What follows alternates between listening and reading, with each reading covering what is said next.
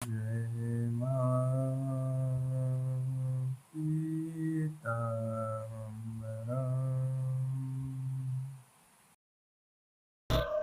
मैं योगेश शुक्ला भगवती पीताम्बरा के चरणों का दास श्री गणेश को प्रणाम कर गुरु चरणों की वंदना करते हुए माता श्री के सभी साधकों को प्रणाम करता हूँ। हे भगवती पीताम्बरा, अपने सभी साधकों पर अपनी कृपा दृष्टि बनाए रखें। मूढ़ बुद्धि दुष्टों को हे माँ उन्हें सद्बुद्धि प्रदान करें। आज हम लोग बहुत ही रहस्यमयी प्रश्नों पर चर्चा करेंगे और बहुत कुछ सीखने वाले हैं। जैसे साधना क्या है, इसका क्या अर्थ है, साधना कितने प्रकार की होती है, साधना कैसे करें, साधना के क्या नियम हैं, आइए जानते हैं। वीडियो के अंत तक बने रहें। पहला प्रश्न है, साधना क्या है? साधना का अर्थ है स्वयं को साधना, अर्थात संकल्पमय बनना, दृढ़ भाव रखना, संकल्पी बनना, निश्चयवान बनना, अटल बनना। साधना की परिभाषा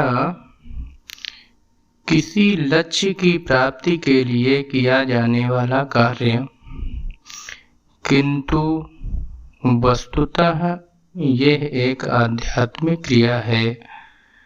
धार्मिक और आध्यात्मिक अनुशासन जैसे कि पूजा, योग, ध्यान, जप, उपवास और तपस्या करने को साधना कहते हैं। अनुरुद्ध प्रगति के लिए साधना को प्रतिदिन करना चाहिए। हमें साधना में बनना चाहिए। सनातन धर्म, बौद्ध, जैन, सिख आदि धर्मों में लक्ष्यों की प्राप्ति के लिए भिन्न प्रकार की साधनाएं की जाती हैं। साधना का अर्थ दुनिया में यदि अपने मन पर विजय प्राप्त कर लेते हैं तो मानो संपूर्ण विश्व पर विजय प्राप्त कर लेते हैं। साधना का मतलब जब हम विधिवत अपने मन को स्थिर कर लेते हैं और मनोवांछित कार्य करने में सक्षम हो जाते हैं, तो इस प्रकार से ये हमारी साधना होती है। दूसरे शब्दों में साधना का तात्पर्य अपने मन को काबू करना होता है, जिसके माध्यम से हम अपनी विशेष कार्यों की ओर उन्मुख हो जाते हैं। साधना के शाब्दिक अर्थ लगातार प्रयास करते रहना है। अगला प्रश्न उठता है, साधना कितने प्रकार की होती है? अभी हमने जाना साधना क्या है, साधना का अर्थ क्या है, साधना कितने प्रकार की होती है। तंत्र मंत्र के अनुसार साधना को 4 स्तरों में बांटा गया है। ब्रह्म साधना या आध्यात्मिक साधना, दूसरी है ध्यान साधना या योग साधना, ध्यान साधना और योग साधना हमारा मेन विषय है। आगे हम लेकर के इसे चलेंगे, क्योंकि हमारे चैनल के नाम के अनुसार ही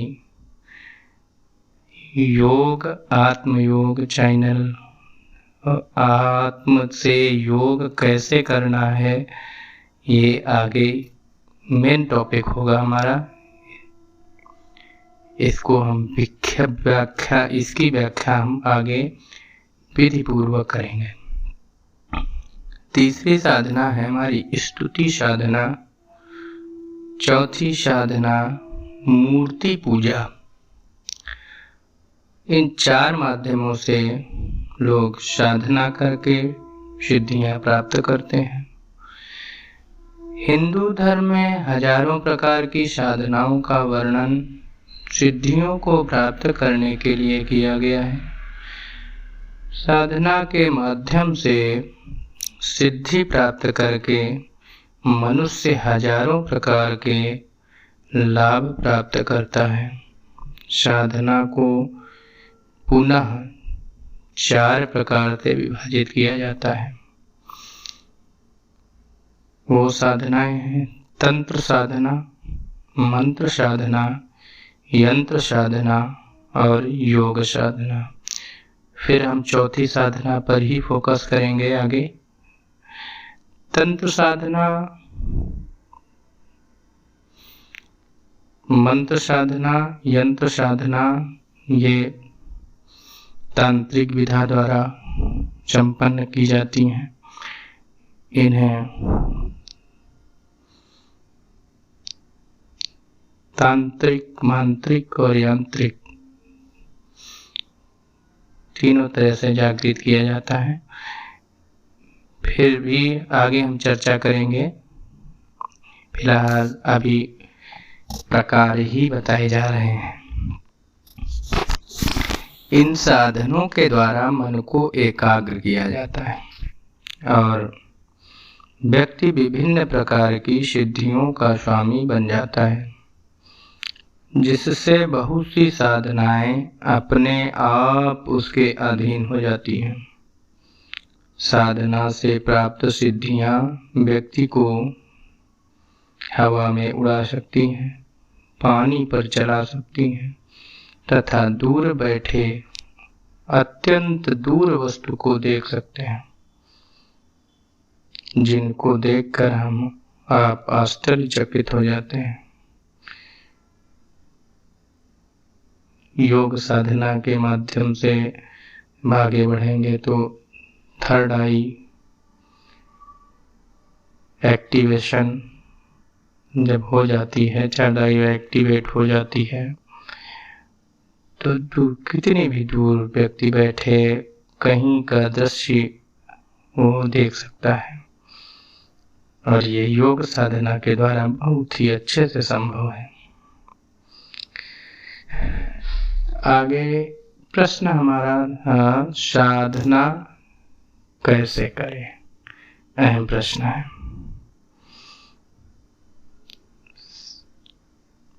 भाई साधना थोड़ा कठिन मार्ग है। किसी भी विद्या को, किसी भी कार्य को सीखने के लिए गुरु की आवश्यकता पड़ती है। गुरु के मार्गदर्शन में हम साधनाएं संपन्न करते हैं। गुरु ही हमारे भीतर के तम अंधकार को दूर करता है। इसलिए हमें गुरु भी सोच समझ कर विचार कर बनाना चाहिए। योग्य गुरु के सानिध्य में साधना करने से निश्चय ही लक्ष्य प्राप्त होता है और हम अपने जीवन में सफल हो जाते हैं। गुरु के संबंध में आगे हम एक वीडियो बनाएंगे। अभी केवल यहाँ पर हम परिचय दे रहे हैं साधनाओं के बारे में।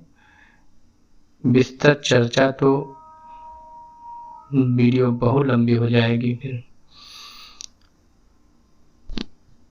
गुरु जी के ऊपर ही वीडियो एक बनाऊंगा,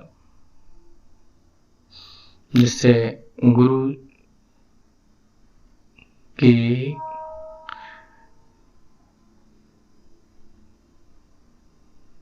समझने में, विचार करने में आसानी रहेगी साधकों को।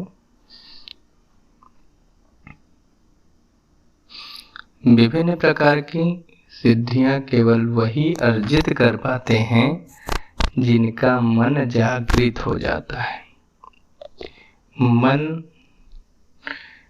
मस्तिष्क अनावश्यक विचारों से रहित हो जाता है, अपने मन पर पूर्ण नियंत्रण होता है। ऐसे ही लोग, ऐसे ही साधक चमत्कार कर पाते हैं।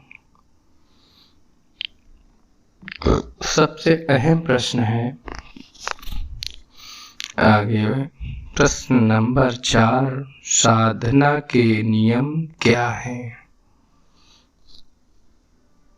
मेरी साधना के नियम विदाउट रूल्स, तो कुछ भी नहीं। रूल्स हर उस प्रिंसिपल ही होते हैं।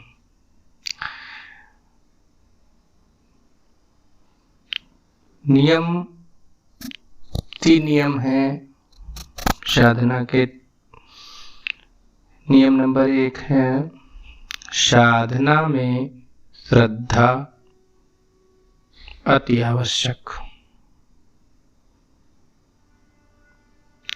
श्रद्धा का होना जरूरी। यदि श्रद्धा नहीं है तो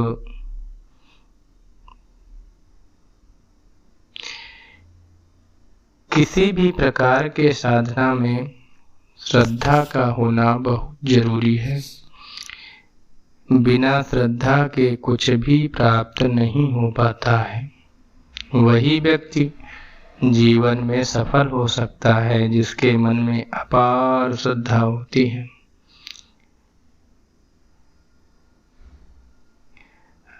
ऐसे व्यक्ति श्रद्धा के द्वारा अपने जीवन क्षणों को सामने वाले व्यक्ति के जीवन के क्षणों में बांध लेते हैं। श्रद्धा पूरे मन से होनी चाहिए। हमारा मन ही दूसरे व्यक्ति के मन से टकराकर अनुभूति प्राप्त करता है और सफलता मिलती है।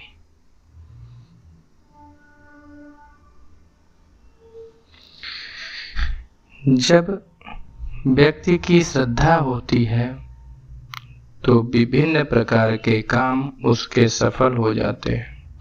उदाहरण के तौर पे,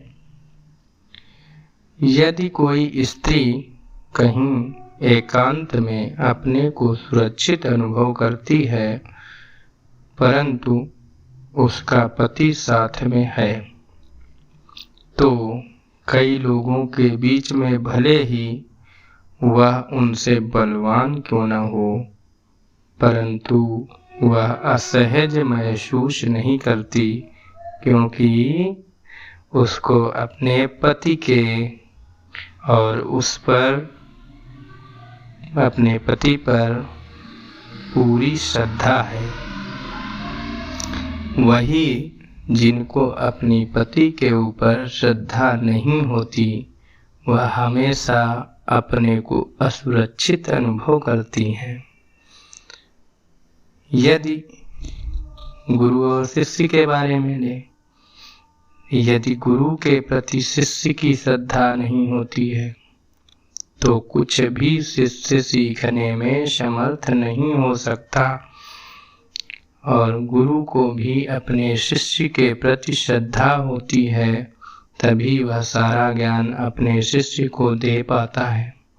इसलिए श्रद्धा पूर्ण मन से होनी चाहिए, तभी सभी प्रकार से समर्थ हो सकते हैं।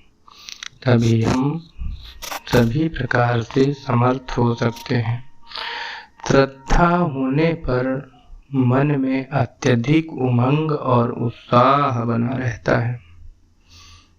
यदि मन में अविश्वास रहता है तो चाहे जिस प्रकार से ध्यान केंद्रित करें, हमारा ध्यान केंद्रित नहीं हो सकता। साधना में इसी प्रकार से पूर्ण विश्वास होना चाहिए। किसी भी मंत्र का जाप करने के लिए पूरी तरह से तन्मयता होनी चाहिए, अन्यथा पूर्ण सफलता प्राप्त नहीं कर सकते।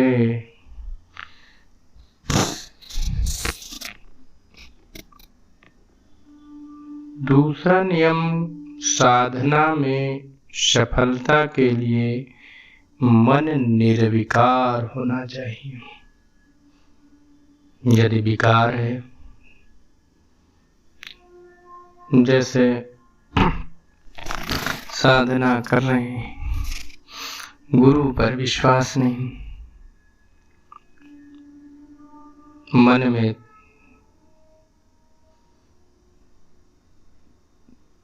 विकार भरा हुआ है कि साधना कर रहे हैं, गुरुजी ने बताई तो है, पता नहीं सफल होंगे भी कि नहीं होंगे, का भगवती प्रसन्न होगी कि नहीं होगी।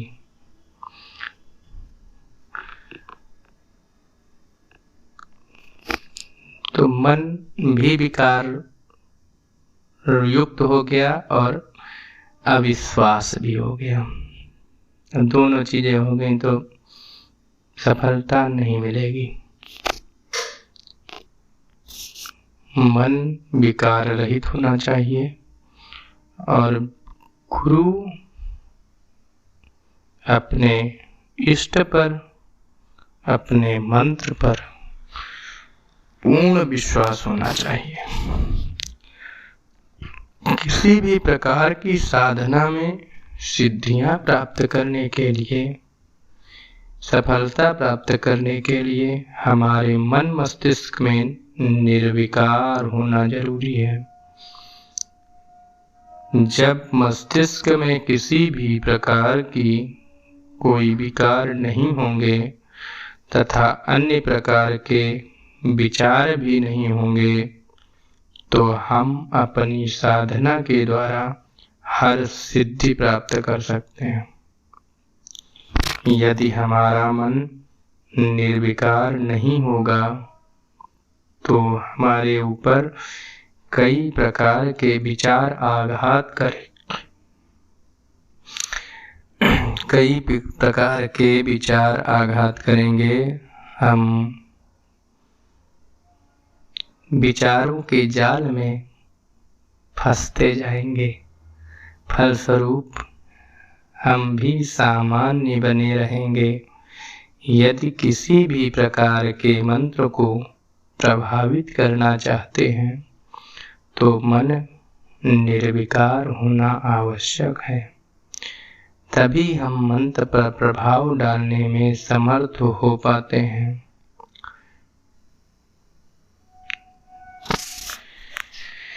नियम नंबर 3, साधारण बने और अपने पर गर्व बिल्कुल ना करें। Be simple, don't be proud of yourself. साधारण बने, अपने आप पर गर्व बिल्कुल ना करें, घमंड रहित रहें। यदि किसी भी व्यक्ति के जीवन में सबसे बड़ा शत्रु उसका घमंड है, घमंड व्यक्ति को निर्बल बना देता है। ठीक यही स्थिति साधना में भी होती है। साधना में कभी भी किसी प्रकार का घमंड नहीं करना चाहिए।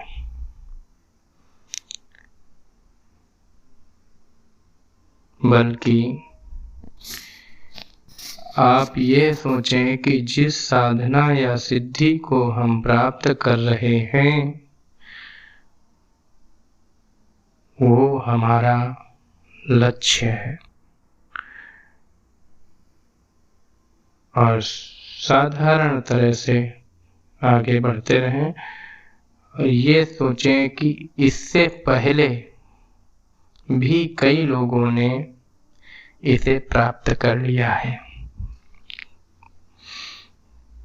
और इससे हमसे ज़्यादा ऊंचे स्तर पर लोगों ने ज्ञान प्राप्त किया है। जब हम इस तरह का विचार अपने मन में रखेंगे तो हमें उपलब्धि प्राप्त होगी। बिना घमंड के आदमी संतुष्ट रह सकता है और मन निर्मल हो सकता है। बेचैन मन कभी कोई कार्य करने में सफल नहीं हो सकता। मन को शांत रखना बहुत जरूरी। साधना करने से पहले हम स्वयं शांत रहें। वो साधक नहीं है जो शांत, जिसके मन में शांति ना हो, वो साधक नहीं रहता है, साधक नहीं कहलाता।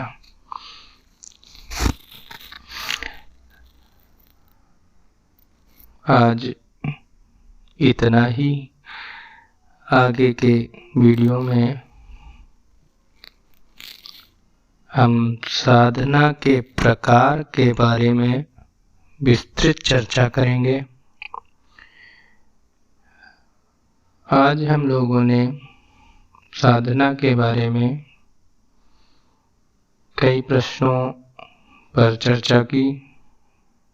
साधना क्या है, साधना का क्या अर्थ है, साधना कितने प्रकार की होती है, साधना के नियम क्या हैं, साधना कैसे करें, इन सभी प्रश्नों पर हमने चर्चा करी।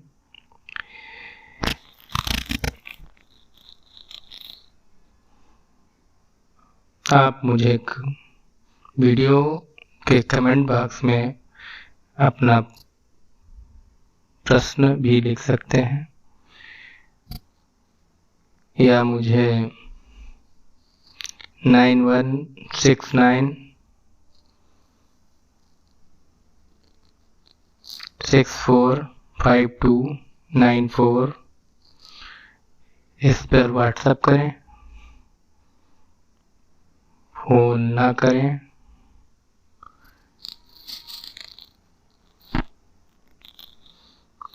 आपको हमारी वीडियो अच्छी लगी हो तो लाइक करें, कमेंट में लिखकर बताएं और अपने दोस्तों, रिश्तेदारों को शेयर करें। बेल आइकन का बटन दबाएं ताकि हमारी आगे की वीडियो आप तक पहुँचे, उसका नोटिफिकेशन पहुँच सके।